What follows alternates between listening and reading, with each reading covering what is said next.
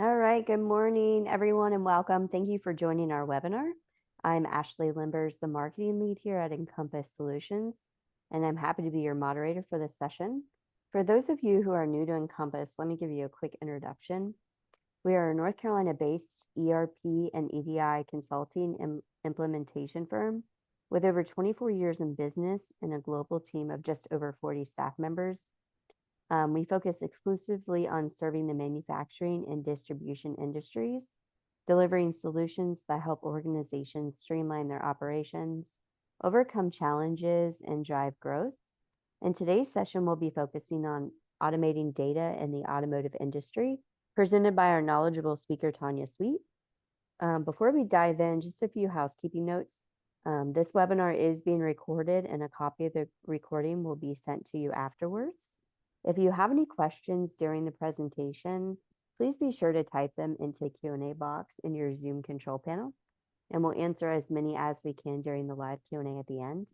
And lastly, we'd appreciate it if you could take a minute to fill out the quick survey after the session today. It helps us keep improving these events for you. And we are giving away a $50 Amazon gift card at the end of the webinar, so stay till the end if you would like to win a chance to win. So now let's turn things over to our presenter. Please join me in welcoming Tanya Sweet.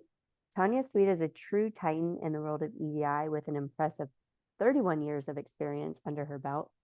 Tanya's journey in this field began in 2007 when she made a transition from healthcare to manufacturing, pioneering the implementation of EDI with Epcor for the very first time. And then since then, she's been instrumental in countless projects spanning various industries, showcasing her versatility and depth of knowledge. In 2018, Tanya played a pivotal role in the launch of Encompass Solutions' Entrust EDI product, and now we're excited to have her with us today. So without further ado, Tanya, over to you.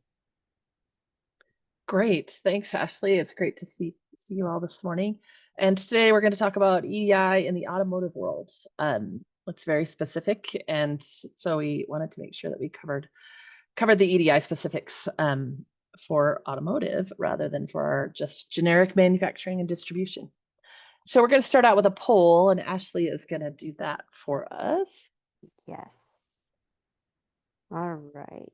So our poll question is, how would you describe your current EDI setup for automotive operations? We don't use EDI yet. We have a basic EDI setup for a few trading partners. We rely heavily on portals and manual entry. We have EDI integrated with our ERP, but it's not always reliable.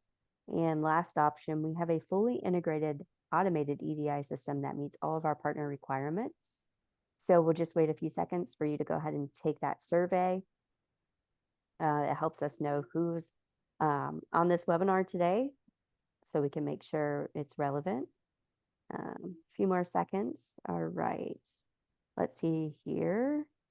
Tanya, it looks like over half of our attendees use a basic EDI setup for a few trading partners, and then around 30% have a fully integrated automated EDI system that meets all of their partner requirements. So it looks like we have a good audience mix today. Yeah. Yeah, good. All right. Thank you for doing that, Ashley. I'm going to turn off my camera while I do this, but I'm going to leave on the slideshow, of course. All right, so our agenda today is the automotive supply chain. What is EDI and why does it matter? Benefits of EDI in automotive, understanding the EDI compliance requirements, some common use cases, real-world challenges and considerations, and the future of EDI in the automotive space. So starting out, why are we going to automate when we're in the automotive space? Primarily because we have to, right? Our trading partners are not going to let us skip the EDI step. But why do they want to automate in their world, right? It starts kind of a higher level. Most automotive suppliers are global, and they've got some pretty high-speed production cycles. So we have to be able to keep up with those. And they're not as simplistic as they used to be, right? Everything was in Detroit, and now everything is all over the place. Suppliers are all over the place. You might make something that then goes to a supplier who paints it, and then it eventually gets back to the automotive customer that we're working with. And our customers are not really okay with errors. They want things to work right exactly how they want them. In the just-in-time world, I think we're going to talk about that in a little bit. You can't be late. You have to do it when they want it, and they don't want it painted the wrong color. They want it painted exactly how they said. So our customers are driving it, right? Not us. In the early days of EDI and this world, we got to drive a lot more, but now it's our customers who are telling us what we're doing. There's more and more demand for traceability, sustainability, and compliance. The days of just flying by the seat of your pants are not, those don't exist anymore. They want to know where everything came from. Sustainability is huge, and of course, compliance with the regulations that are out there. So we're not producing just parts anymore. We're a piece of this machine that has to run exactly on time in order. You miss a deadline and an entire production line goes down, and that does not make customers happy. So communication is our lifeline, and we want to keep our systems reliable and fast, and we don't want to fall behind at all during this. Right? How does EDI actually transform that? We're getting faster and more accurate order fulfillment. Your customers are telling you what they want when they want it, and we are keeping that up to date in our ERP or however you're managing your with software that you're managing, however that works. Inventory planning is improving because our customers are sending us forecasts, and we know what they think they want for the next year or 2 years or 5 years, depending on the customer. But that allows us to make some planning decisions as we're going. If we know it's going to slow down over Christmas because Caterpillar shuts down their plant, that's easy for us to plan, and that's helpful.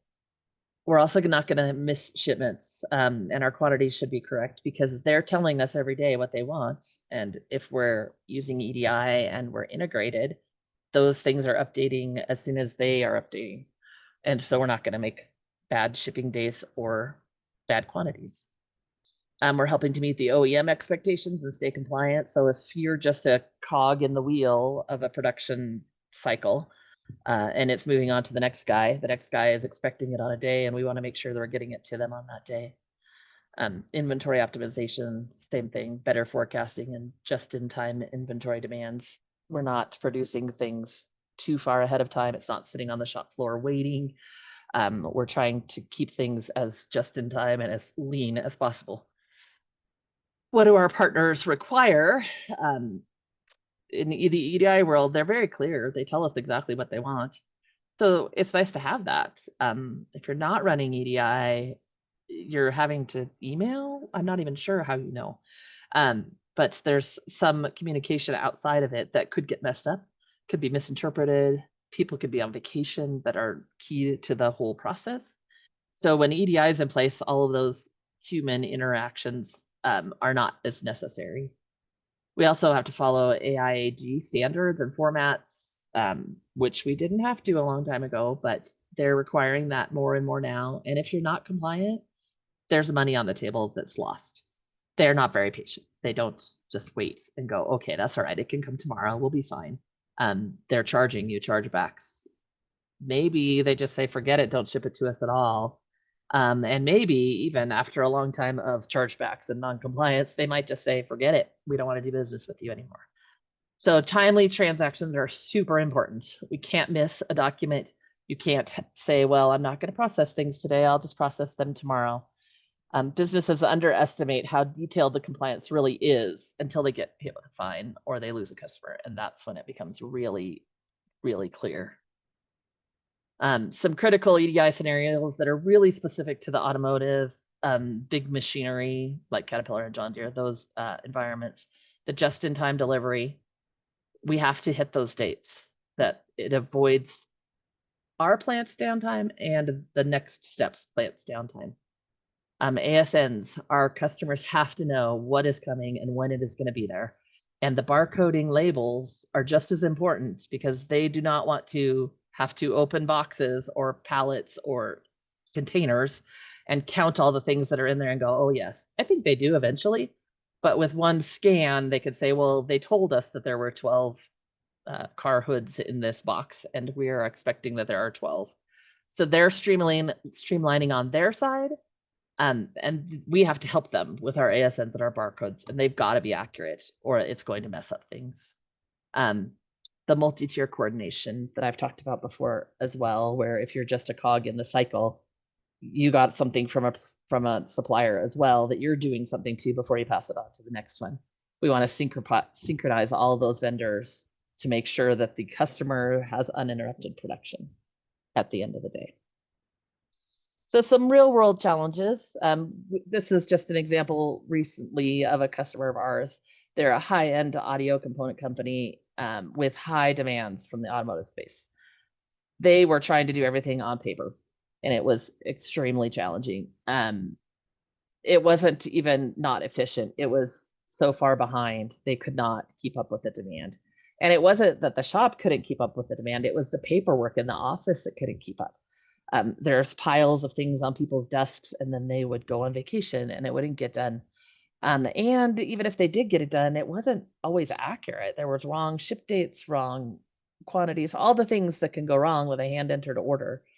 And so we came in and helped them integrate into their ERP and reduced all of that paperwork, all of their different document types. They had so many. They also had 3PLs in the picture. And so we automated all of those things for them. And now their users are, first off, much happier because they are not so behind on everything. But they get to sit down and look at the data that came in and decide what to do with it. If they're going to accept those orders, if they're going to reject them, if they're going to call up their partners and say, we can't hit these dates, we need you to move them. That's all their job is doing, rather than hand entering it and spending their days just as a data entry clerk. They're happier in their job. They feel like they can count on EDI, the data, which is great. Sometimes people struggle with counting on that EDI data. And so that's been big for them. So here's what some pitfalls that we've found along the way with multiple implementations, not just that one. But a lot of times customers are trying to do it themselves without any EDI expertise, or they're doing EDI with someone who is really good in the retail space, but has no experience in the automotive space, and they're just struggling to make it work. It's not the same. The automotive space is using completely different documents. I think I get to that in a minute. But it's just not the same. You've got to have someone who's got automotive experience. And then not aligning your EDI with your ERP or MRP systems. If you're trying to still do things in Excel on spreadsheets, if you're still trying to do them on paper on your desk, that is just making things so much worse. And it's just not good in today's world. How would you forecast anything? How do you know what to buy? And then during an implementation, if we don't test each step of the process, you're going to be in a pickle, right? We're not just testing that our forecasts came in correctly. We need to take those forecasts, turn them into orders, turn them into shipments, turn them into invoices, and make sure each one of those steps is accurate and complete. And if your customer is requiring the labels, which most of them are, right? Does my ASN match my label? All of those individual little tiny pieces have got to be tested thoroughly, or you're going to not be successful on a go live. And then underestimating change management, right? When our customer ordered 50 car hoods today, and then tomorrow they decided that they want 75. If a human's required to do that, what if they missed the email? What if they can't make the extra 25 by tomorrow? In that scenario, they probably couldn't. How does that work? Who sees that and who notifies anybody? Does the plant floor team try really hard to make 25? You know, what all happens there? Just having a process in place for when that happens, and somebody in charge of it. Another pitfall is the complicated scheduling requirements between documents. So we're getting forecasts regularly from our customers, and then we're getting shipping schedules. And sometimes they don't match. They said that they wanted 25 whatevers tomorrow. But when they sent their actual shipping requirements, they said they wanted 30. Well, what happens there? How do I avoid that? Having a system in place that catches all of those errors And I guess they're not necessarily errors, all of those changes, and a process to communicate with the customer, communicate with the shop floor, communicate with the 3PL, whoever it needs to be communicated with is critical. You've got to have a place, you've got to have that in place. And then the ASN accuracy, the advanced shipping notices have to be accurate because so much downstream relies on that. We had a customer who was 30 minutes, the John Deere customer, and their plant was 30 minutes away from the John Deere facility. And so their ASN had to get out and processed and there on time, or the truck would be sitting at the receiving dock, unable to unload. And that, of course, is critical to John Deere. And they did not really enjoy that because there were trucks behind it waiting to come in and they couldn't unload. And so making sure that the ASN is out on time, the second that truck leaves the dock, really that ASN had to go. There was no buffer in their system at all. And sometimes in their case, they would send it before the truck left because they wanted to make sure it was there. But making sure that it's there is critical to success. So what does the future of EDI in the automotive space look like? There's a lot out there coming. AI is everywhere, and it's going to impact EDI at some point. We've got things in the works, predictive EDI flows, smarter planning. The API connectivity is huge. Amazon Marketplace is requiring that. They're no longer sending EDI files. Everything is API. So we are uploading directly into Amazon's ERP, whatever that is, that this stuff is shipping and that there's an invoice for it. It is big and up and coming, and I don't know that EDI is ever going to go away. A lot of the big players are not going to change, but some of them are going to change to API. At some point in the future, everyone will be API, but that's probably a long ways off. EDI's role in Industry 4.0, we've got everybody's working towards this full supply chain digital. I can't say that word, digitalization. Smart factories, predictive logistics, all of that is coming and is huge in the whole industry, not just automotive. That's just in EDI.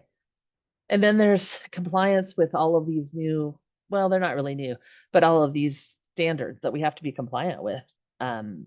It's not new, but we have to make sure that when things change, that our EDI processes change, and someone's got to be on top of that constantly. I am talking really fast and I'm already to the questions tab. And so I'm wondering if anyone has any questions. If you could type them in that chat box, that would be great. And we could try to answer them on the fly. Ashley, maybe you can help me watch for those. Do that. Yep. Just like Tanya said, if you do have a question, just put that in the Q&A box on your control panel. And we'll go ahead and while we're waiting for those to come in, we'll go ahead and spin for the winner of the $50 Amazon gift card. Just bear with me for a second. All right, well, looks like we've covered everything today. Tanya, thank you. Great job. Thank you to everyone who attended. We hope today's session was informative and helpful. And be sure to keep an eye out on your inbox for that recording. And don't forget to fill out the short survey after the webinar. We really do value your feedback. And a plug here, Yes, we do have our upcoming Manufacturing Excellence Summit in August. And if you'd like to stay up to date on other events and resources or EDI resources, feel free to visit our website, ediautomation.com. And then, Tanya, will you just transition to the next slide, please? Oh, yes, I'm so sorry. No, it's okay. If you have any additional questions that come up after today's event, you can reach out to us, EDI support at encompassing.com. Visit our website, and we do have a free EDI guide for you for attending today. So if you like to scan that QR code and download your copy. And yeah, I think that's all. Thanks again for joining us, and we look forward to seeing you next time. Thanks so much.